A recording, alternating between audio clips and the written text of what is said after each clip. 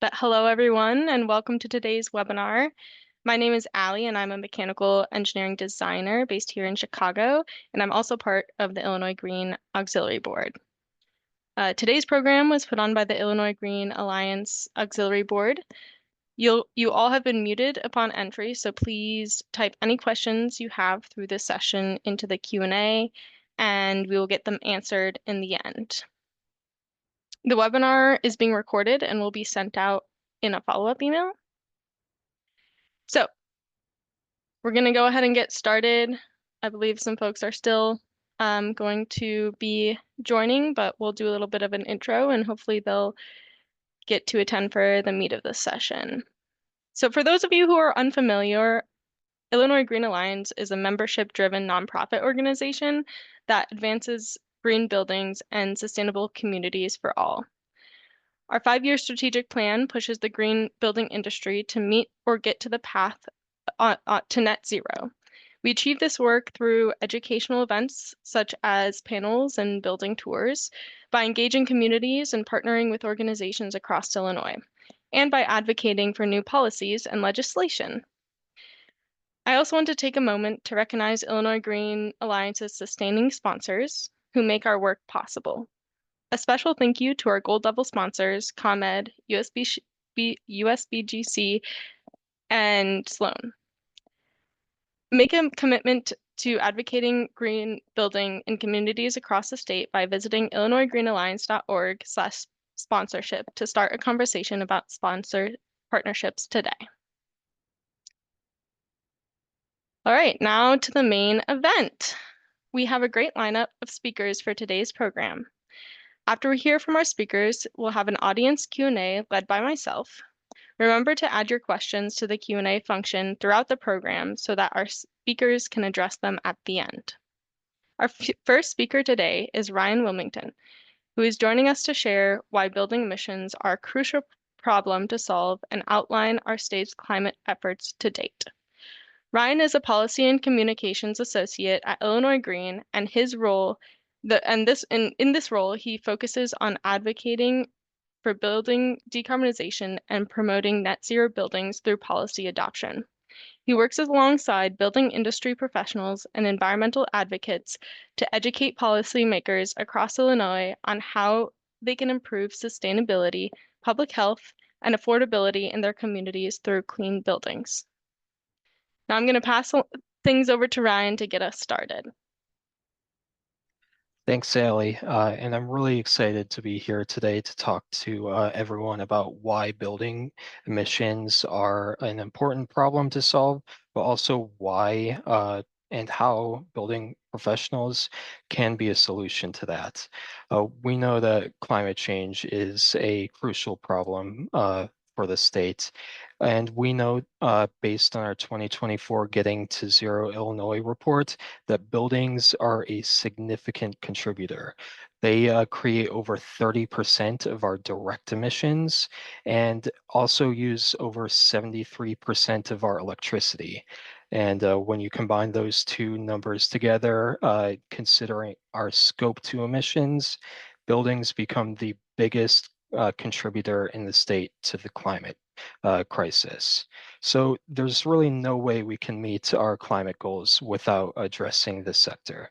And Illinois Green is very lucky to have an audience that is already working on the problem. And I'm really excited to talk about how to engage them in policy. And, but unfortunately, as many people in the industry know, there's always pushback when it comes to doing something for the sake of climate, as much as I wish that wasn't the case. But there are plenty of other really important reasons why we need to address clean buildings.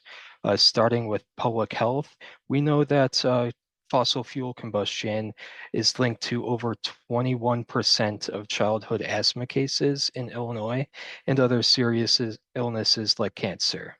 We also know that we can save households thousands of dollars a year by spending in energy efficiency.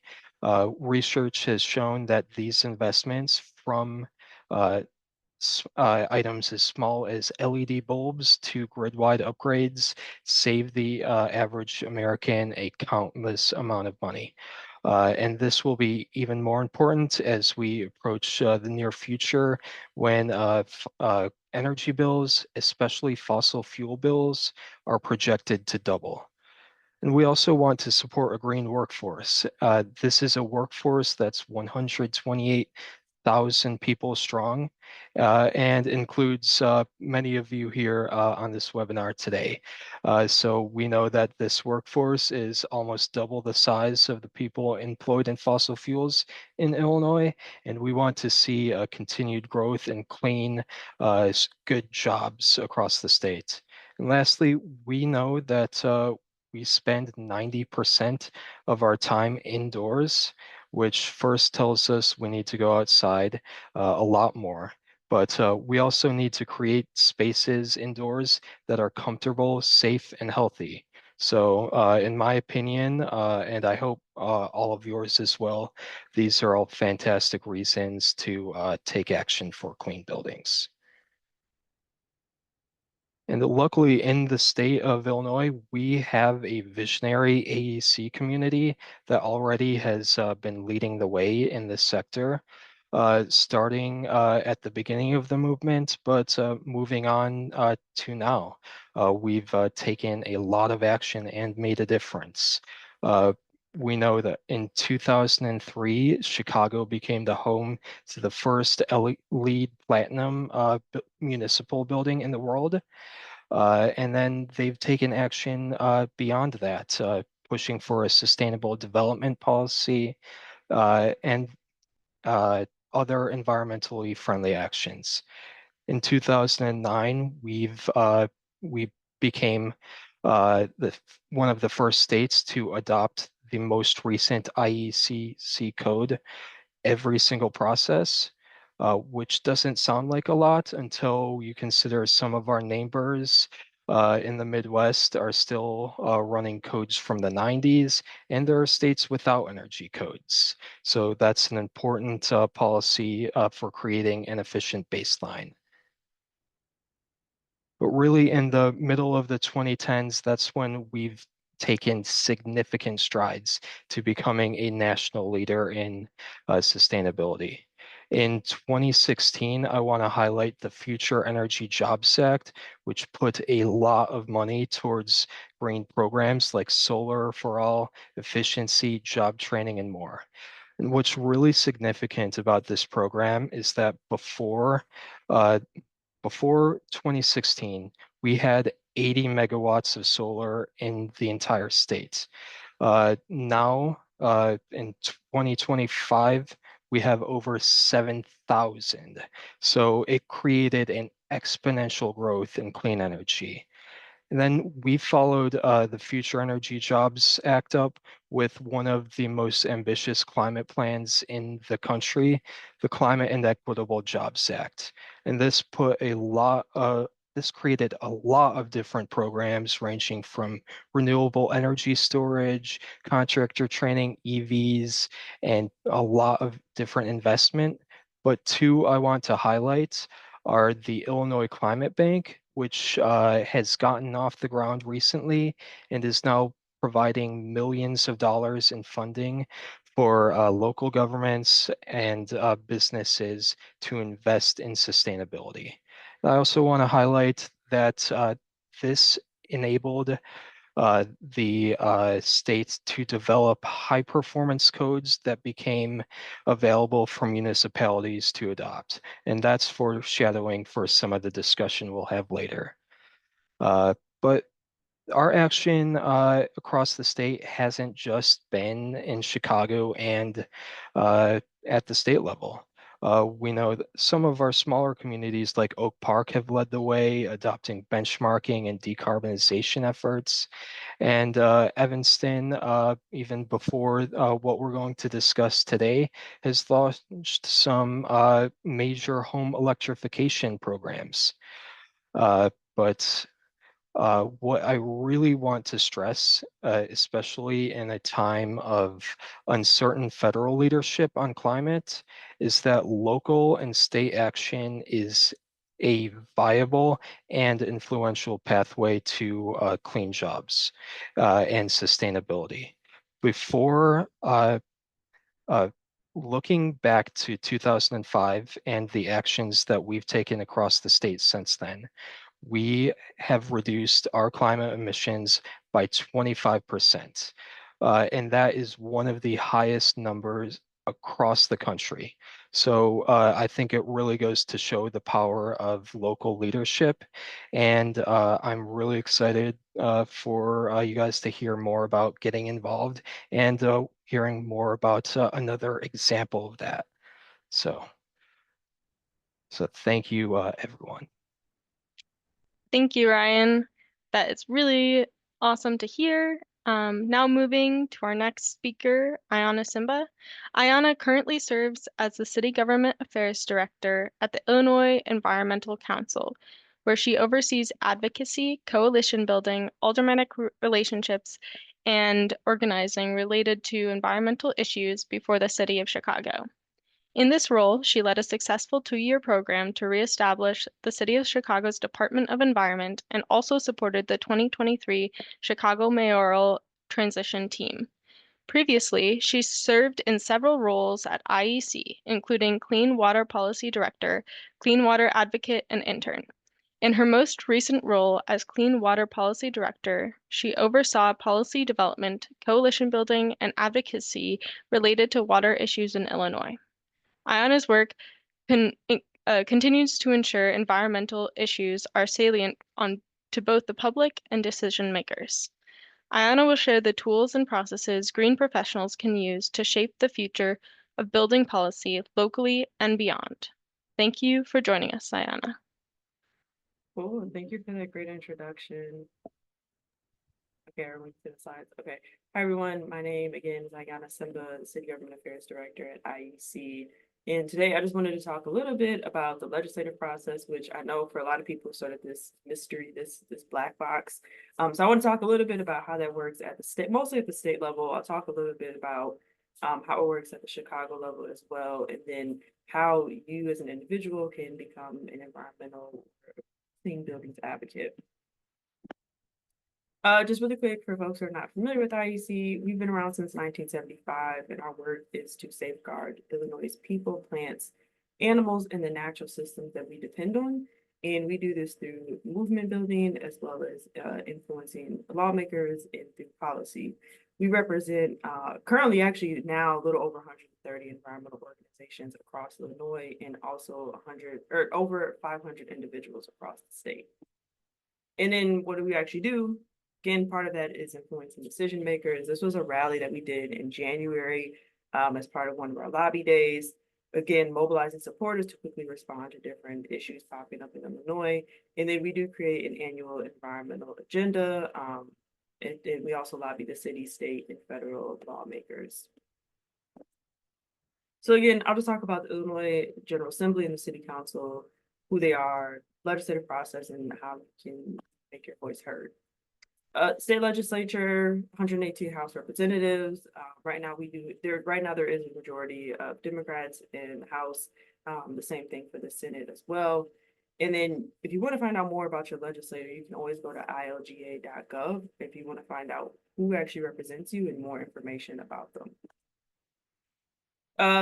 Within each of the chambers, there's leadership, so there's the Senate majority and the Senate minority, and then each party within their caucus has their own leaders as well. So these are the folks.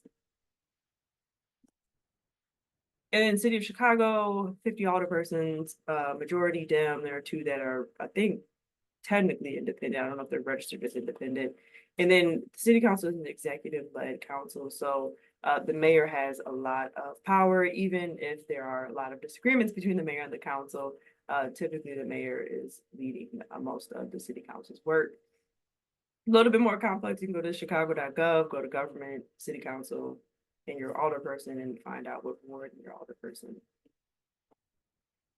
In city council leadership, so there's the mayor, vice mayor, president pro tempore, and then the assistant president pro tempore. There are a handful of caucuses. Really, the big three are Black, Latino, Progressive. There are also some smaller caucuses as well, like the Democratic Socialists, I believe has like 6 members, and then also members of the LGBTQ caucus as well. And then obviously the mayor and the leadership team.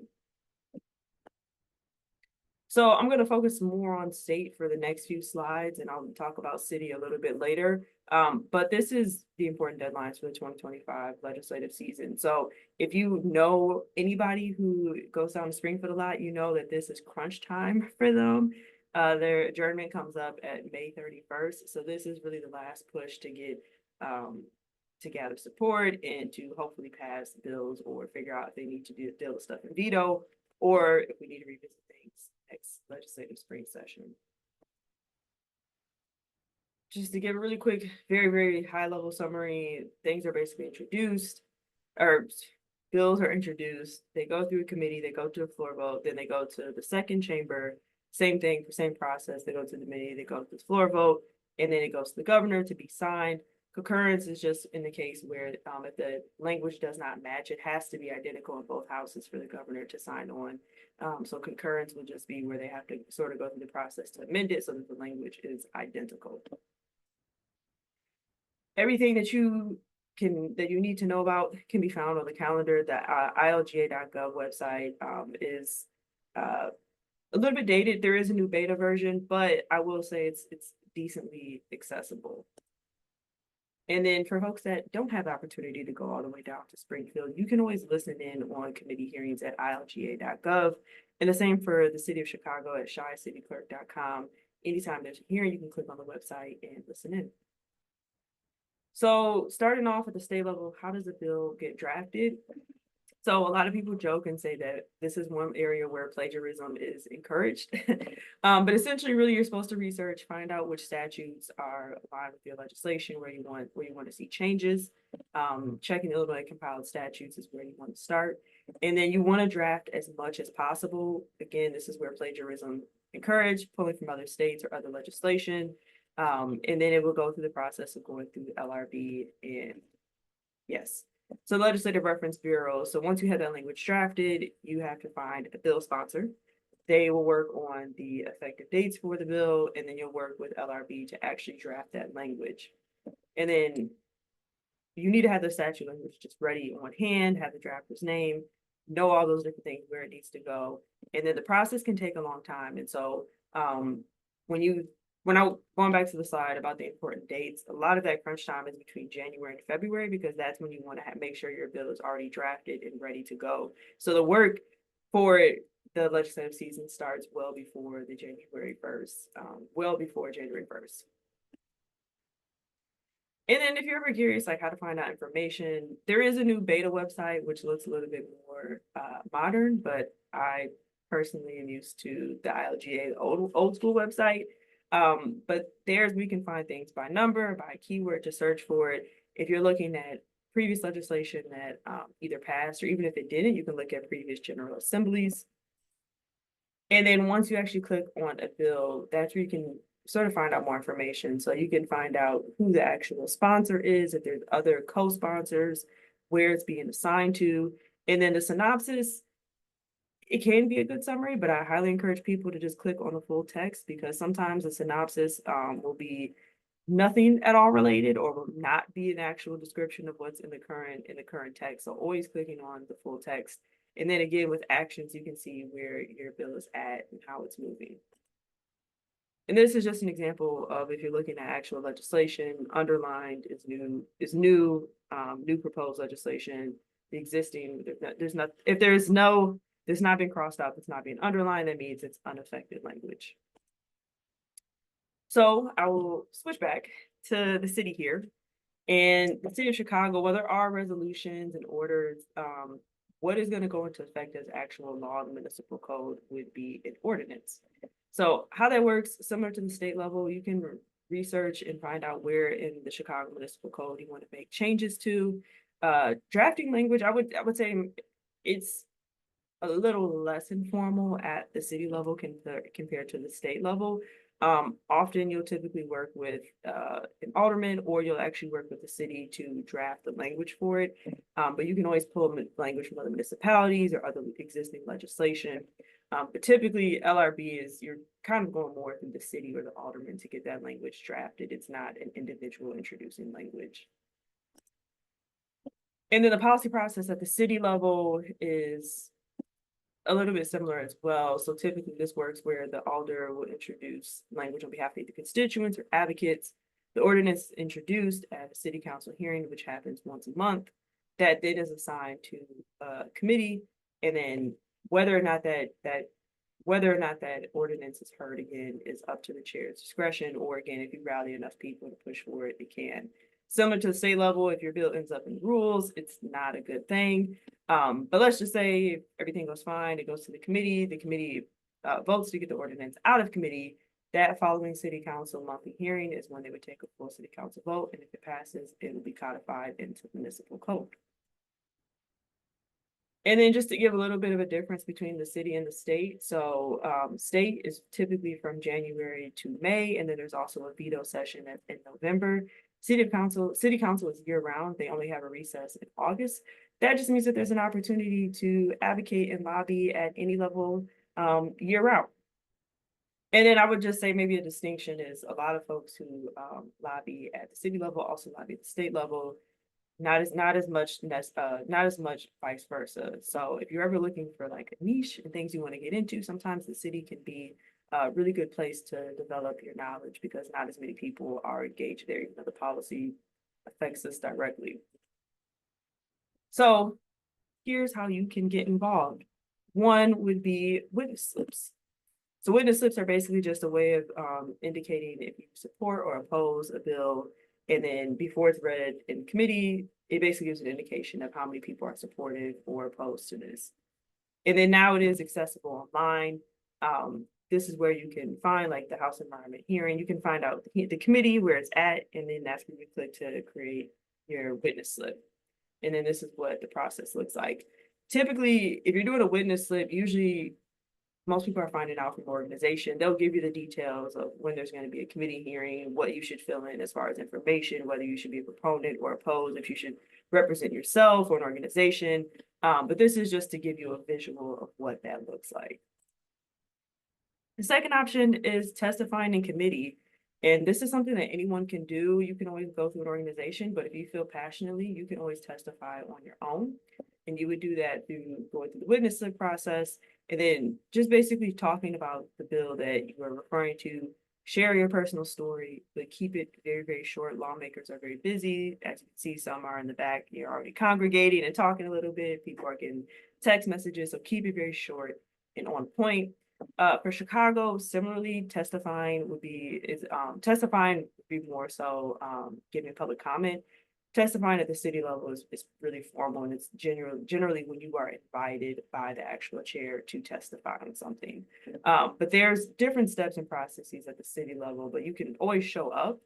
But there's also a more complicated separate process for virtual public comment, but that is my opinion on that is for another conversation. And then I want to talk about what is a lobbyist, right? People have this idea of it being someone that is actively opposing something or is getting paid just to push one particular message. There are different types of lobbyists, right? In nonprofit and especially environmental groups, we are the do-gooders. We want to see good things happen. Lobbying is really just about trying to influence a piece of legislation in the government. That's really what it boils down to. It's not a super complicated thing that it's made out to be, where you have to be at this Fortune 500 company in order to be considered a lobbyist. And then again, definition of lobbying versus influencing. I would say the biggest difference between the two is that lobbying, you are advocating for a very specific piece of legislation. Influencing is more general in saying that you care about clean energy. Clean energy should be a priority for the Johnson administration, versus Mayor Johnson and City Council, please vote in favor of this particular ordinance number, blah, blah, blah, blah, that has to do with clean energy. In grassroots lobbying, Many of you have maybe participated in this. This is just kind of joining with other constituents to visit your elected official in their office, doing phone calls, writing an op-ed. There are many other ways to engage besides just being physically in city council or in the General Assembly chambers. And there are also other ways too to engage with your elected official if lobbying is maybe not your thing, or if you work for an organization where you have to be a little bit more careful about lobbying. You can attend events like they are your elected official. They're there to support you and to engage with you. So you can always do tours with them. You can do more fun and educational things with them as well. And just in summary, it's super important to be connected to elected officials. I always say, when they see, especially as an individual, when they see me, right, I'm already registered as a lobbyist, they've seen me a bunch of times. But when you are an individual, you are speaking to your elected official, it makes a total difference. When they can actually connect what you're saying to someone in their ward or in their district, it has a greater chance of changing their perspective. So it raises their awareness, you have a relationship with them, there's a level of credibility, and then you can help them problem solve. A lot of people who get into office aren't necessarily policy experts, right? They know how to campaign and they know to understand the political process, but a lot of the time they do need support for making policy decisions. And so that's where you all can come in. And then other ways to get involved, if you want to have like a really in-depth understanding of the legislative process for both the city and the state level, our videos are on YouTube. They are Civics for Environmentalist trainings. We do them every year. We have our one for Chicago coming up in this June. Another opportunity is to join our lobby days. If you've never lobbied an elected official and you feel a little bit nervous, our lobby days are the perfect example of joining, having someone already put together talking points to handle the transportation. You can get a feel if advocating is something that you are passionate about. And then of course, follow us on social media, subscribe to our newsletter. And then we have 130 affiliate members, including IGA. So IEC, we are our own entity, but we are ultimately built off of the organizations that we work with. So with that, I know that sort of sped through a lot of that, but there's a lot of information. But please stay in contact with IEC and engage in our work. Thank you, Iyana. Definitely learned a lot in that. That was amazing. Thank you. As a reminder, you all can drop your questions in the Q&A section and we'll answer them at the end. Now I'm excited to introduce our Green Building Policy Case Study panel.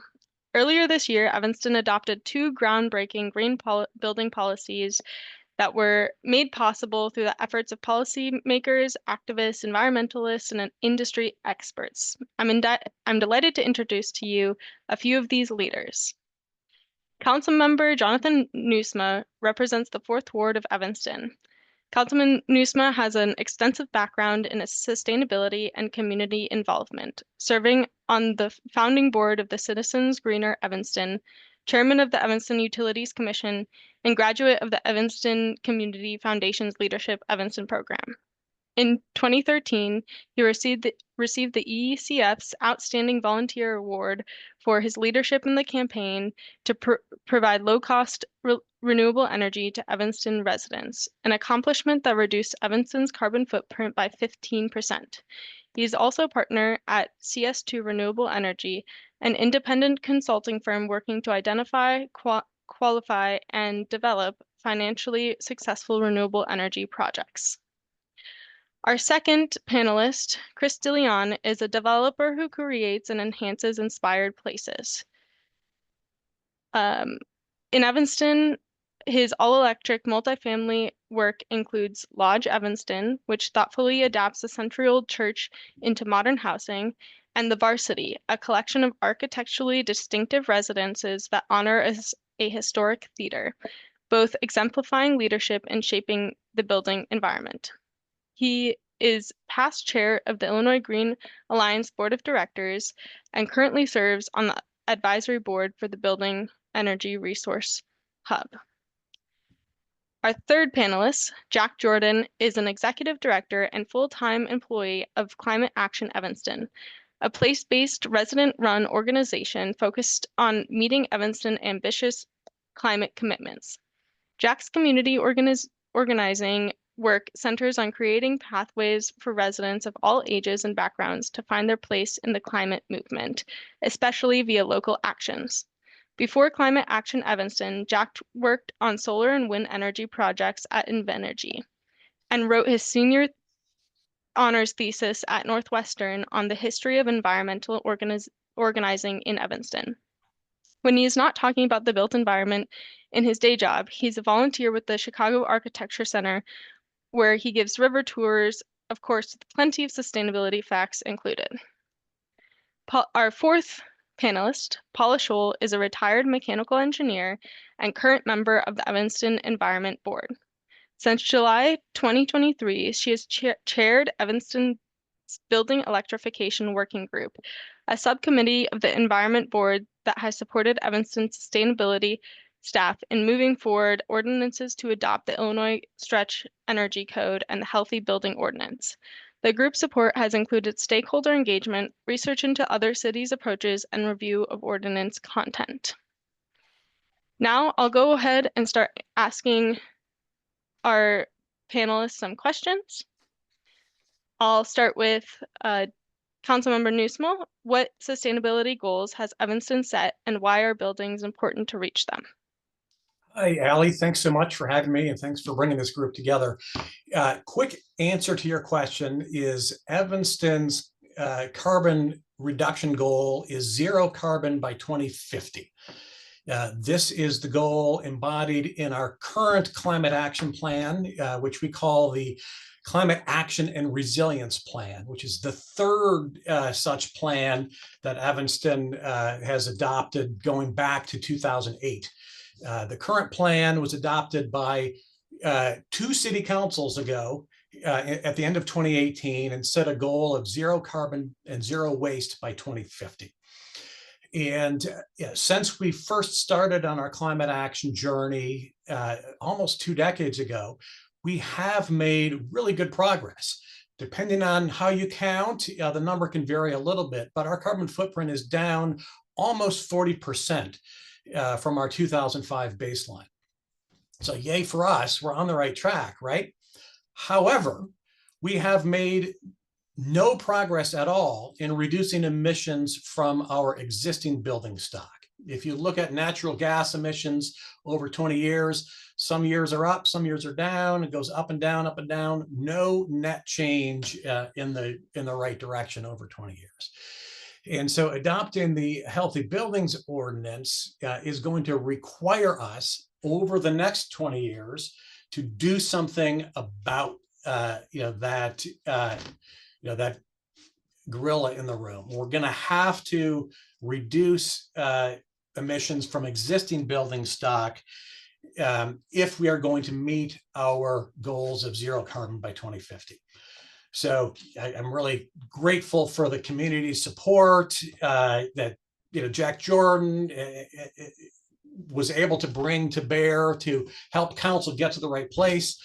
And Paula Scholl is part of this group too. Paula, as an appointed member of the Building Electrification Working Group, was essential in bringing us to the point where we are now, which is, we've passed this ordinance that says, okay, we are going to require buildings to reduce their carbon footprint over the next 20 years. We don't yet know the exact pathway and the exact substeps and the exact rules and regulations.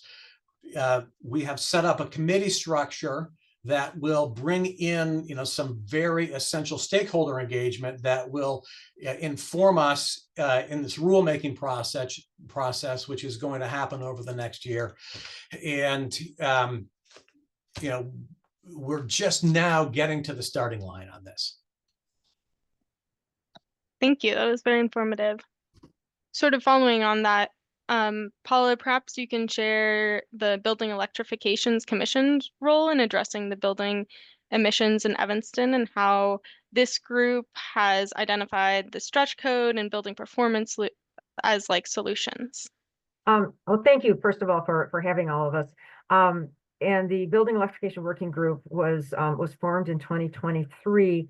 At that time, the the sort of first step in all of this had actually gone back to 2017, where Evanston passed a benchmarking ordinance. So we had already had a history of benchmarking in place for a number of years.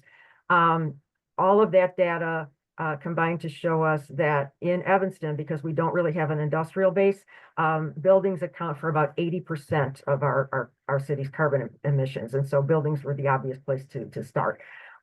Started actually looking at new construction because, that's kind of lower hanging fruit. In late 2022, 23, early 23, there was a bit of a trend across the country, especially along the West Coast, where cities were looking at banning natural gas in new construction with the idea that a new building goes in, if it includes fossil fuels, those fossil fuels are going to be committed to and be burned for at least 20, 25 years, as long as the HVAC systems last. So the idea was to first start out looking at new buildings. Started out by trying to craft an ordinance banning natural gas in new construction, and then the Ninth Circuit Court of Appeals knocked down a similar ordinance in Berkeley, California. And there was a lot of concern across the country that would propagate to other circuits. We're in the Fifth Circuit. So it shifted gears a little bit. At the time, it looked like the Illinois Stretch Energy Code, which was mandated by CEJA, was making pretty good progress through its process. And after doing some training through our building electrification working group, which included several engineers and architects, we took some training through CDAC, University of Illinois, and became convinced that adopting the Stretch Energy Code would get us a substantial way towards the original goal of banning natural gas in new construction, but being lawsuit proof. So the idea was, try and adopt that as soon as possible after it's available for adoption, and we were able to do that in February of this year. So that covers new buildings. Unfortunately, new buildings only account for about 2% of our construction every year because we're pretty built out. So the next step is, what do we do about the existing buildings? And that's that Healthy Buildings Ordinance that Jonathan had mentioned. So we shifted gears to supporting city staff in a few things, stakeholder engagement, doing research on what other cities have been doing in terms of building performance standards, compiling ordinance information from other cities, what went well, what didn't go well, and providing some technical input with the idea that we wanted to create an ordinance that would enable these two yet to be nominated governing bodies who will do the detailed rulemaking, but put together an ordinance to give these two rulemaking bodies the authority and the structure to do a really good job of rulemaking for gradual every 5 years improvements in energy efficiency to get to our goal of zero carbon by the year 2050. So, over 25 years, there would be incremental improvements in the emissions, greenhouse gas emissions in our existing buildings. Wow, that sounds like really great work. So transitioning a bit to actually passing this policy, Jack, as a climate action activist, what are some of the barriers that you faced from the Evanston community that may have made passing this policy challenging, and how did you help overcome them? Yeah, great question. And thanks again so much for having us all here today. I think one of the biggest barriers that's both even persists in Evanston, which has a lot of environmental activists, but certainly exists everywhere, is a big education gap about building performance, about kind of climate terminology. And this is something that exists deliberately, right? Fossil fuel interests have waged a decades-long campaign to make sure that we stay ignorant for the most part, and it's been largely successful. And in that information gap, I think it's important to note that, especially when we get into building science and building technology and building policy and finance, this is really wonky stuff. And I think one thing that we learned to do as people that know this stuff a little bit is that we have to be really good about listening.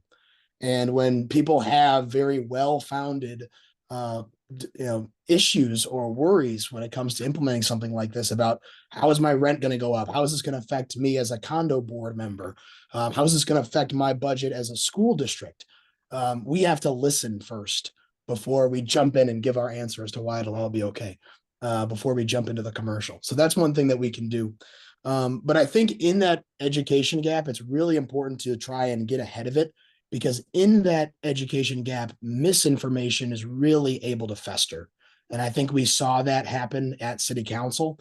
We came up against a pretty large and well-funded opposition, including Northwestern University, many of the building owners in Evanston, the Chamber of Commerce, fossil fuel lobbyists, and other contractor lobbyists, even the school districts who have great sustainability commitments were part of this at one point. And this is kind of where there was a narrative that came to be that there were, the healthy buildings ordinance. There's a lot of monsters, monsters under the bed if we were to implement this, right? And so the situation we get in is that we're kind of a ragtag group of volunteers. I'm a staff person of one at Climate Action Evanston. We've got students and retirees up against a $14 billion institution in Northwestern, up against fossil fuel interests, up against paid lobbyists in suits at city council. And over time, our group ended up winning at city council by a score of 7-1 on March 10th, after we worked through all of that misinformation, all that education, after we took the time to go meet people where they are, go talk to the council members, alleviate some of those concerns that community members were having. And I like to compare it, this kind of David Goliath situation, winning 7-1. That's like when my White Sox beat the Yankees 7-1. It doesn't happen very often, but it's a good time to celebrate. So how do we do it? How do we do it? My answer for this is a term that we've been developing for a little bit here at Climate Action Evanston, and that's called social infrastructure for climate action. And social infrastructure is really about the way that we are organized as activists, as community members, as advocates. And the reason I like to call it infrastructure is because this is something that can be designed, it's something that can be built, and it is something that has to be maintained. And here in Evanston, we have really robust social infrastructure for climate action. We have city staff members that are dedicated to sustainability. We have council members like Jonathan, who was a community activist at one point, sits on the council and can push for this. We have folks like Paula that are part of the building electrification working group, experts that are designing the policy. Then we have place-based organizations like Climate Action Evanston, run by residents. We have place-based organizations in the schools and at Northwestern, plenty of students supporting this. And all of that got brought together in our Healthy Buildings Coalition. And as a huge part of that coalition, we had the Illinois Green Alliance, we had the Illinois Environmental Council, we had the Sierra Club, and all of those groups were able to band together under the common goal of passing the Healthy Buildings Ordinance to get this done. So it's really important that we invest in that social infrastructure, that we get on the same page, and that we're all rowing in the right direction. Thank you. That was really well put. Chris, I'm going to bump it over to you. As a developer, can you share some of the concerns maybe your peers have with the green policy and why maybe you think differently? And sort of as a follow-up, what did you do to support these Evanston initiatives? Sure. So, to start, we've been incorporating heat pump technology into our projects. We're coming up on a decade now. So I think part of what I saw as an opportunity was sort of to demystify incorporating some of these technologies. There's a perception out there, certainly in the real estate community, that they don't work in our climate, that they're more costly. And we have really good data. We have actual built projects where we can refute all of that. And so I think the other thing that the perception, there was this perception that this was a surprise. And now we're a relatively new entrant into the development scene in Evanston with these two projects, both of which delivered last year. But this was no secret that this was being considered by the city. Obviously, as Paula mentioned, there was the benchmarking ordinance. The way that I convinced my partners on our projects to go all electric was to say, I don't want to be the developer that delivers a brand new construction building that's instantly outdated because it relies on carbon. And that was a pretty easy financial decision to say, you know what, we're going to prioritize going all electric. Now, separate from that, Evanston's the kind of place that we want to invest in because the values that the city and its residents prioritize are directly aligned with the types of places that we like to develop in, transit connected, a focus on sustainability, et cetera. So for me, I think the big thing is just really trying to find alignment. I think when you look across the board, most real estate development companies, most property owners have a certain set of values. I think we should be encouraging experimentation in leveraging these technologies. There are resources out there, and I know that's part of the initiative now is to kind of bolster the resources available to folks so that they don't have to sort of navigate the process alone. And so, Ali, I think the other part to that, so how did we help support this initiative with the city? I would say it was actually pretty grassroots. I was frustrated, admittedly, by sort of the natural gas lobby lines that that some of the larger organizations in Evanston were pushing. And so we offered to tour members of the council through our projects to show that this technology was thriving within the community. And I think, most council members had no idea.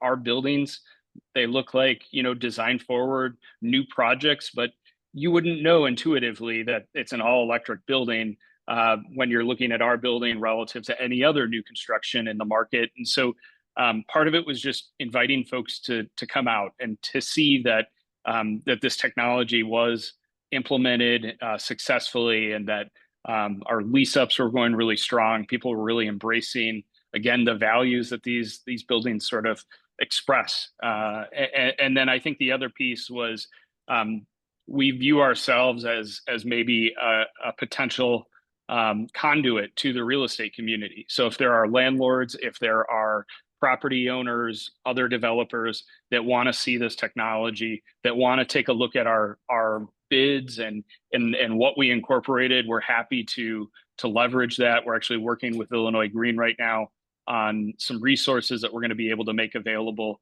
And I don't think that necessarily has to be focused just on Evanston. If we can be helpful to other municipalities around the Chicago area, we're happy to do so. And so I think part of it's just sharing best practices and again, making sure people understand that there's really no magic to this. It's actually pretty straightforward.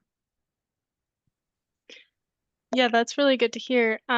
Maybe Jack, can you maybe as the push to adopt these policies, like I know you talked a lot about all the different working pieces and all the different pieces that we're pulling together. Oh, Paula, I see your hands up. Okay. Could you share maybe more about how like the traditional activist group, like entities and the building professionals kind of work together in this space? Sure. And then I think, yeah, and then Paul, if you want to go after with whatever you got. I think one thing was super helpful for us is that we do have folks like Chris, like Paula, people who are experts that take the time out of their day to volunteer and to do this locally.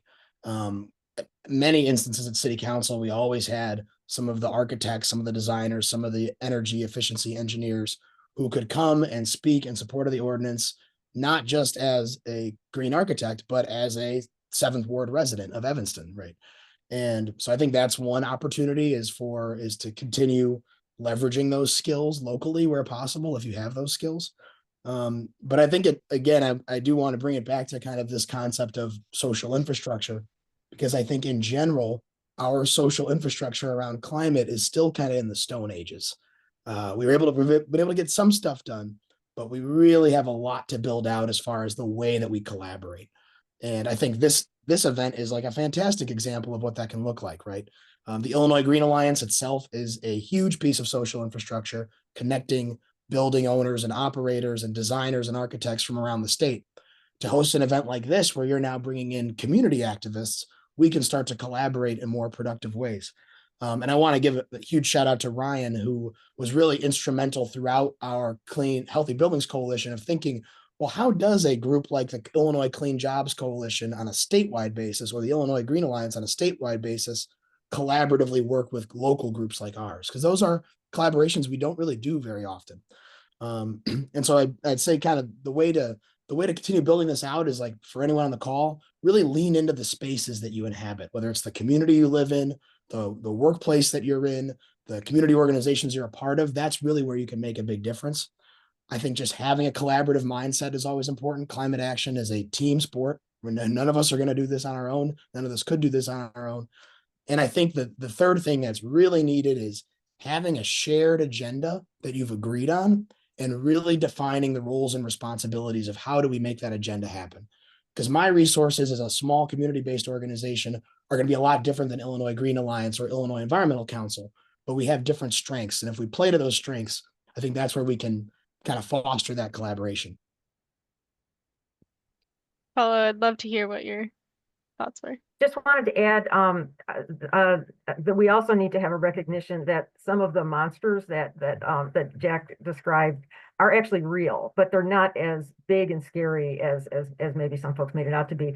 I think one of the biggest concerns that we heard was from owners of buildings that are not being gutted because they need to keep their buildings continuing to operate with tenants while these changes come about. So the important thing there is to emphasize it's really about making a plan. And our ordinance has some provisions in it where if it's just not practical or just super unaffordable to meet the exact requirements as we go along every 5 years, okay, submit an alternative compliance pathway. The important thing is planning. And the other important thing is to pull in experts like Chris. And Chris, I really want to make sure that you're totally involved in, as we go along with the rulemaking process here, to help guide folks with the planning, because that's the type of expertise, the people who are actually managing these buildings who have done this, to be able to bring others along who might just feel overwhelmed and feel like they can't afford it.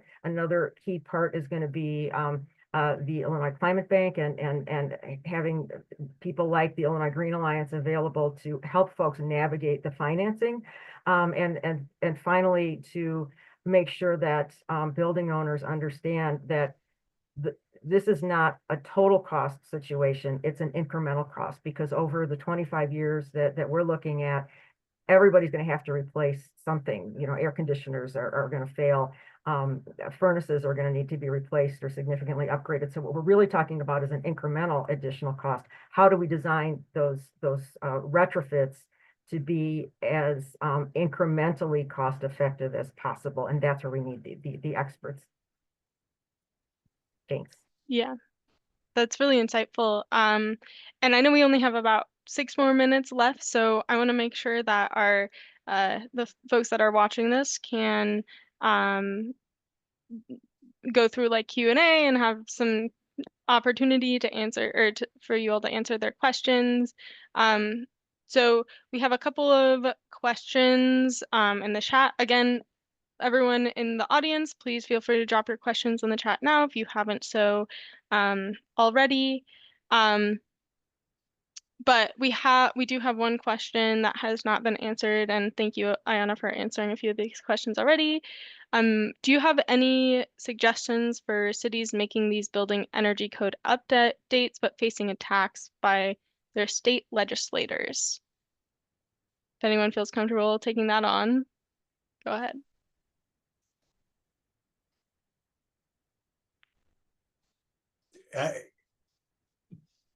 Organize like Jack has done locally to mobilize supporters in the community, to help educate folks in the community more broadly, but also motivate supporters that already exist to raise the visibility within the community and at the level of the elected official that there already exists a wide base of support for environmental action at the legislative level.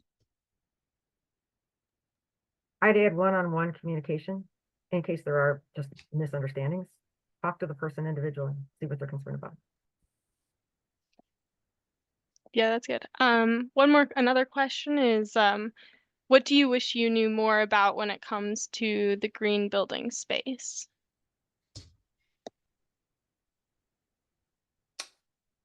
I wish I knew more about heat pump technology and thermal energy networks. My background is engineering. I'm in a policy role now, and I'd like to be able to draw a stronger connection between the two of those. I would just add, I think for us, the game changer was we started to self-perform construction on our projects. And so Lodge Evanston, we were the general contractor. That's not the case for Varsity, but we got a lot of information from subcontractors that was patently false. And so once we put ourselves in control of the process and were able to really navigate and kind of unpack the information that we were getting, we were able to get to all electric a lot faster. And so that was really informative. And if I could add, lastly, as probably the least technically educated person on the panel, I wish that we could, especially as we're bolstering our climate education at the state level, which is now a mandate that we have to develop, an unfunded mandate that we have to develop K through 12 education. I wish we had a more accessible way for residents and students to kind of learn the basics of building science and why it's important, and the health and safety elements of that as well. So if anyone wants to help us cook that up, you know where to find me. And I'd add, I wish we, since this is all fairly new, I wish we had more case studies with actual economics, you know, cost estimates and savings that'll come over time. And I think that will help bolster people's ability to lobby for this thing as a positive.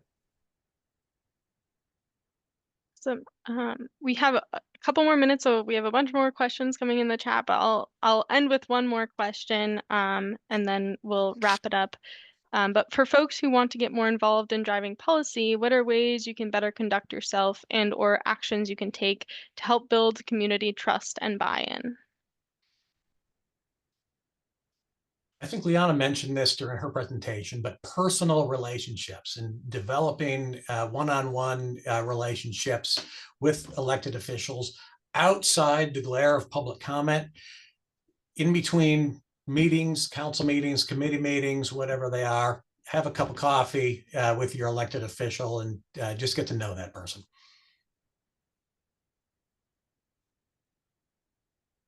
Okay, great. Well, we'll wrap it up. Thank you everyone for joining us, and a special thank you to all our speakers. If there are any questions we didn't get to, we'll try and get you answers in a follow-up email. We'll also include this presentation in the recording of the webinar, which will be sent out in the follow-up email. If you want to keep this discussion going, please consider joining us later this evening for a happy hour at the Illinois Green Alliance office. We'll be discussing more about how we can continue to drive green buildings forward over drinks and food. We'll add the link in the chat. Someone can do that. That'd be great. Thank you all. Thank you.